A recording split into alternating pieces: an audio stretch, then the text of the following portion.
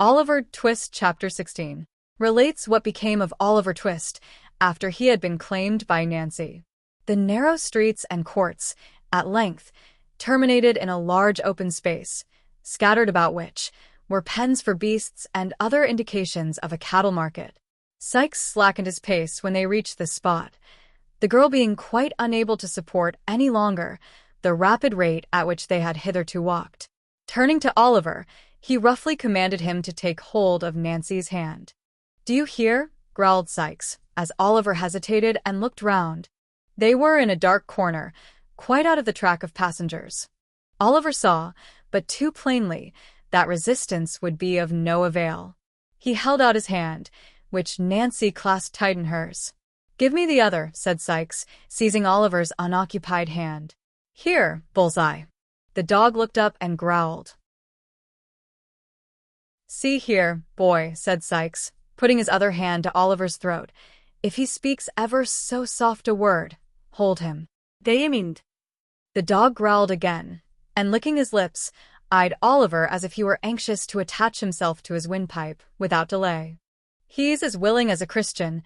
Strike me blind if he isn't," said Sikes, regarding the animal with a kind of grim and ferocious approval. "Now, you know what you've got to expect, master, so call away as quick as you like. The dog will soon stop that game. Get on, young un." Bullseye wagged his tail in acknowledgement of this unusually endearing form of speech, and, giving vent to another admonitory growl for the benefit of Oliver, led the way onward. It was Smithfield that they were crossing, although it might have been Grosvenor Square, for anything Oliver knew to the contrary. The night was dark and foggy. The lights in the shops could scarcely struggle through the heavy mist, which thickened every moment and shrouded the streets and houses in gloom, rendering the strange place still stranger in Oliver's eyes, and making his uncertainty the more dismal and depressing. They had hurried on a few paces, when a deep church bell struck the hour. With its first stroke, his two conductors stopped, and turned their heads in the direction whence the sound proceeded. "8 o'clock, Bill," said Nancy, when the bell ceased. "What's the good of telling me that? I can hear it, can't I?" replied Sikes. "I wonder whether they can hear it," said Nancy. "Of course they can," replied Sikes. "It was Bartlemy time when I was shopped, and there weren't a penny trumpet in the fair, as I couldn't hear the squeaking on. Arter I was locked up for the night, the row and din outside made the thundering old jail so silent that I could almost have beat my brains out against the iron plates of the door." "Poor fellow," said Nancy, who still had her face turned towards the quarter in which the bell had sounded. "Oh, Bill, such fine young chaps as them." "Yes, that's all you women think of," answered Sikes. "Fine young chaps. Well, they're as good as dead, so it don't much matter." With this consolation, Mr. Sikes appeared to repress a rising tendency to jealousy, and, clasping Oliver's wrist more firmly, told him to step out again. "Wait a minute," said the girl. "I wouldn't hurry by, if it was you that was coming out to be hung. The next time 8 o'clock struck, Bill, I'd walk round and round the place till I dropped, if the snow was on the ground, and I hadn't a shawl to cover me." "And what good would that do?" inquired the unsentimental Mr. Sikes. "Unless you could pitch over a file and 20 yards of good stout rope, you might as well be walking 50 miles off, or not walking at all, for all the good it would do me. Come on, and don't stand preaching there." The girl burst into a laugh, drew her shawl more closely round her, and they walked away.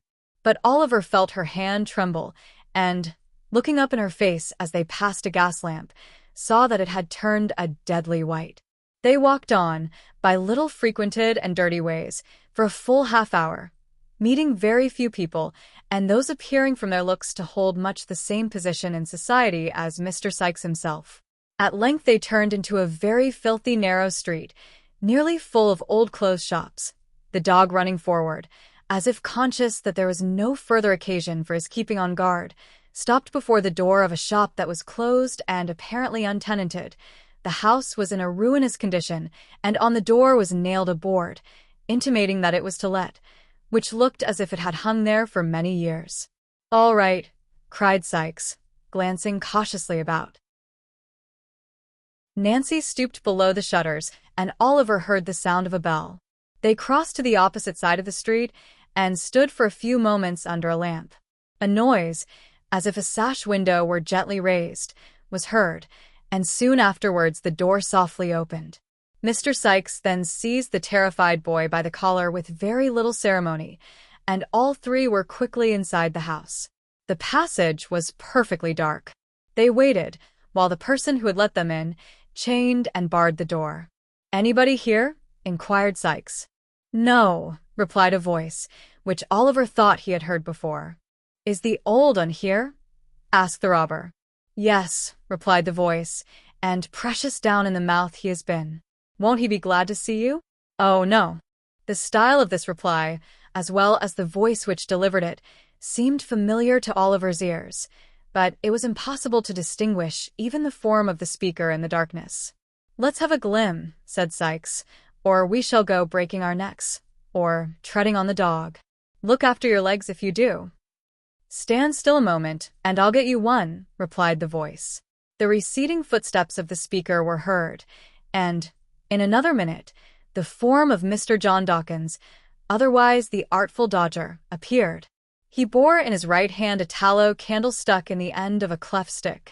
The young gentleman did not stop to bestow any other mark of recognition upon Oliver than a humorous grin, but, turning away, beckoned the visitors to follow him down a flight of stairs.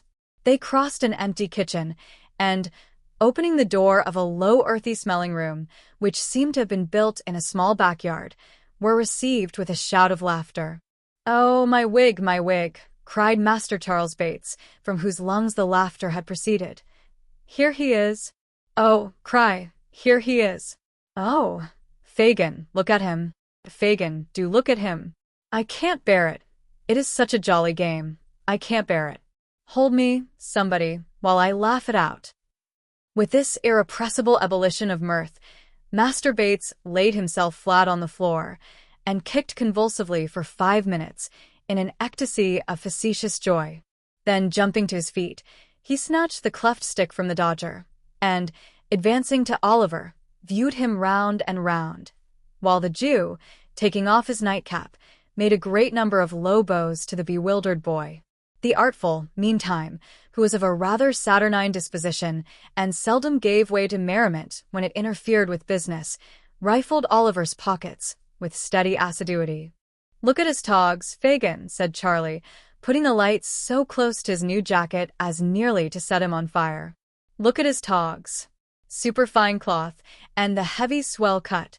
Oh, my eye, what a game! And his books, too. Nothing but a gentleman, Fagin." "Delighted to see you looking so well, my dear," said the Jew, bowing with mock humility. "The Artful shall give you another suit, my dear, for fear you should spoil that Sunday one. Why didn't you write, my dear, and say you were coming? We'd have got something warm for supper." At his, Master Bates roared again, so loud that Fagin himself relaxed, and even the Dodger smiled, but as the Artful drew forth the 5-pound note at that instant, it is doubtful whether the sally of the discovery awakened his merriment. "Hello, what's that?" inquired Sikes, stepping forward as the Jew seized the note. "That's mine, Fagin." "No, no, my dear," said the Jew. "Mine, Bill, mine. You shall have the books."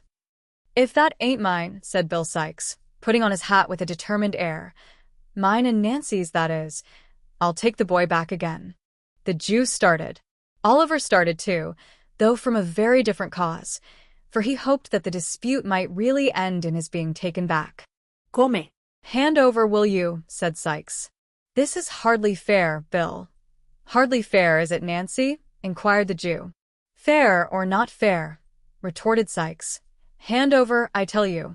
Do you think Nancy and me has got nothing else to do with our precious time but to spend it in scouting ardor and kidnapping every young boy as gets grabbed through you? Give it here, you avaricious old skeleton. Give it here." With this gentle remonstrance, Mr. Sikes plucked the note from between the Jew's finger and thumb, and looking the old man coolly in the face, folded it up small, and tied it in his neckerchief. "That's for our share of the trouble," said Sikes, "and not half enough, neither. You may keep the books, if you're fond of reading. If you ain't, sell 'em." "They're very pretty," said Charlie Bates, who, with sundry grimaces, had been affecting to read one of the volumes in question. "Beautiful writing, isn't it, Oliver?" At sight of the dismayed look with which Oliver regarded his tormentors, Master Bates, who was blessed with a lively sense of the ludicrous, fell into another ecstasy, more boisterous than the first. "They belong to the old gentleman," said Oliver, wringing his hands, "to the good, kind, old gentleman who took me into his house and had me nursed when I was near dying of the fever. Oh, pray send them back.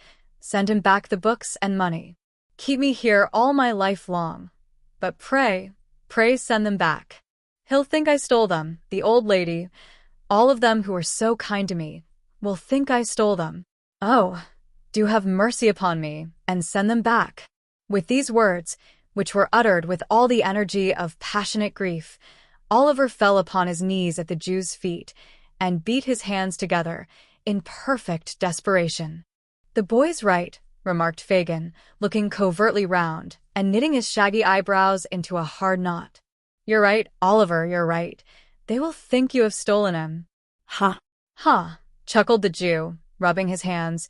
"It couldn't have happened better if we had chosen our time." "Of course it couldn't," replied Sikes.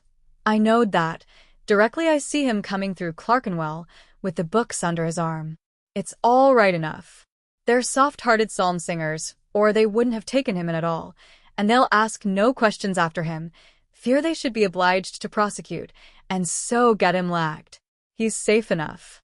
Oliver had looked from one to the other, while these words were being spoken, as if he were bewildered and could scarcely understand what passed, but when Bill Sikes concluded, he jumped suddenly to his feet and tore wildly from the room, uttering shrieks for help, which made the bare old house echo to the roof.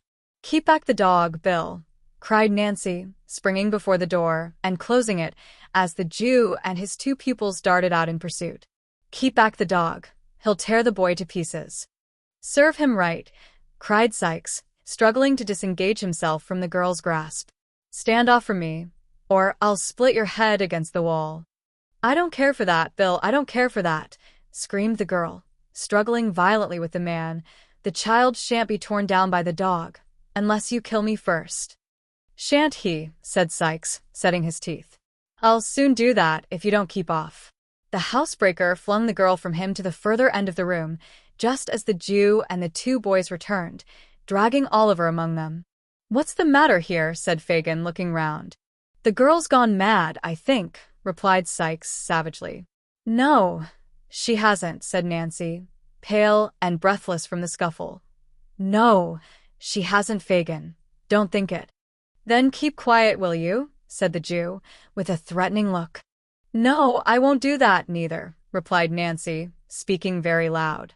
Come, what do you think of that?" Mr. Fagin was sufficiently well acquainted with the manners and customs of that particular species of humanity to which Nancy belonged, to feel tolerably certain that it would be rather unsafe to prolong any conversation with her, at present. With the view of diverting the attention of the company, he turned to Oliver. "So you wanted to get away, my dear, did you?" said the Jew, taking up a jagged and knotted club which lay in a corner of the fireplace. Oliver made no reply, but he watched the Jew's motions and breathed quickly. "Wanted to get assistance. Called for the police. Did you?" sneered the Jew, catching the boy by the arm. "We'll cure you of that, my young master." The Jew inflicted a smart blow on Oliver's shoulders with a club and was raising it for a second when the girl, rushing forward, wrested it from his hand. She flung it into the fire with a force that brought some of the glowing coals whirling out into the room. "I won't stand by and see it done, Fagin," cried the girl. "You've got the boy, and what more would you have? Let him be, or I shall put that mark on some of you. That will bring me to the gallows before my time." The girl stamped her foot violently on the floor as she vented this threat, and with her lips compressed and her hands clenched, looked alternately at the Jew and the other robber, her face quite colorless from the passion of rage into which she had gradually worked herself. "Why, Nancy," said the Jew, in a soothing tone, after a pause, during which he and Mr. Sikes had stared at one another in a disconcerted manner, You're more clever than ever tonight." "Ha! Ha!" "My dear, you are acting beautifully." Am I? Said the girl. Take care I don't overdo it. You will be the worse for it, Fagin, if I do, and so I tell you in good time to keep clear of me. There is something about a roused woman, especially if she add to all her other strong passions, the fierce impulses of recklessness and despair, which few men like to provoke. The Jew saw that it would be hopeless to effect any further mistake regarding the reality of Miss Nancy's rage, and, shrinking involuntarily back a few paces, cast a glance, half imploring and half cowardly, at Sikes, as if to hint that he was the fittest person to pursue the dialogue.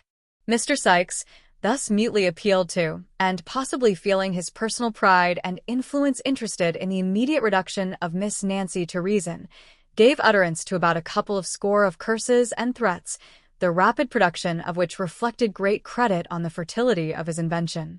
As they produced no visible effect on the object against whom they were discharged, however, he resorted to more tangible arguments. "What do you mean by this?" said Sikes, backing the inquiry with a very common imprecation concerning the most beautiful of human features, which, if it were heard above, only once out of every 50,000 times that it is uttered below, would render blindness as common a disorder as measles. "What do you mean by it? Burn my body. Do you know who you are and what you are?" "Oh, yes, I know all about it," replied the girl, laughing hysterically and shaking her head from side to side, with a poor assumption of indifference. "Well, then, keep quiet," rejoined Sikes, with a growl like that he was accustomed to use when addressing his dog, "or I'll quiet you for a good long time to come." The girl laughed again, even less composedly than before, and, darting a hasty look at Sikes, turned her face aside and bit her lip till the blood came. "You're a nice one," added Sikes, as he surveyed her with a contemptuous air, "to take up the humane and genteel side. A pretty subject for the child, as you call him, to make a friend of." "God Almighty help me, I am," cried the girl passionately, "and I wish I had been struck dead in the street, or had changed places with them we passed so near tonight, before I had lent a hand in bringing him here. He's a thief, a liar, a devil, all that's bad, from this night forth. Isn't that enough for the old wretch, without blows?" "Come, come, Sikes," said the Jew, appealing to him in a remonstrative tone and motioning towards the boys, who were eagerly attentive to all that passed. "We must have civil words. Civil words, Bill." "Civil words," cried the girl, whose passion was frightful to see. "Civil words, you villain. Yes, you deserve 'em from me. I thieved for you when I was a child not half as old as this," pointing to Oliver. "I have been in the same trade and in the same service for 12 years since. Don't you know it? Speak out. Don't you know it?" "Well, well," replied the Jew, with an attempt at pacification, "and if you have, it's your living." "It is," returned the girl, not speaking, but pouring out the words in one continuous and vehement scream. "It is my living, and the cold, wet, dirty streets are my home. And you're the wretch that drove me to them long ago, and that'll keep me there day and night, till I die." "I shall do you a mischief," interposed the Jew, goaded by these reproaches. "A mischief worse than that, if you say much more." The girl said nothing more, but, tearing her hair and dress in a transport of passion, made such a rush at the Jew as would probably have left signal marks of her revenge upon him, had not her wrists been seized by Sikes at the right moment, upon which she made a few ineffectual struggles, and fainted.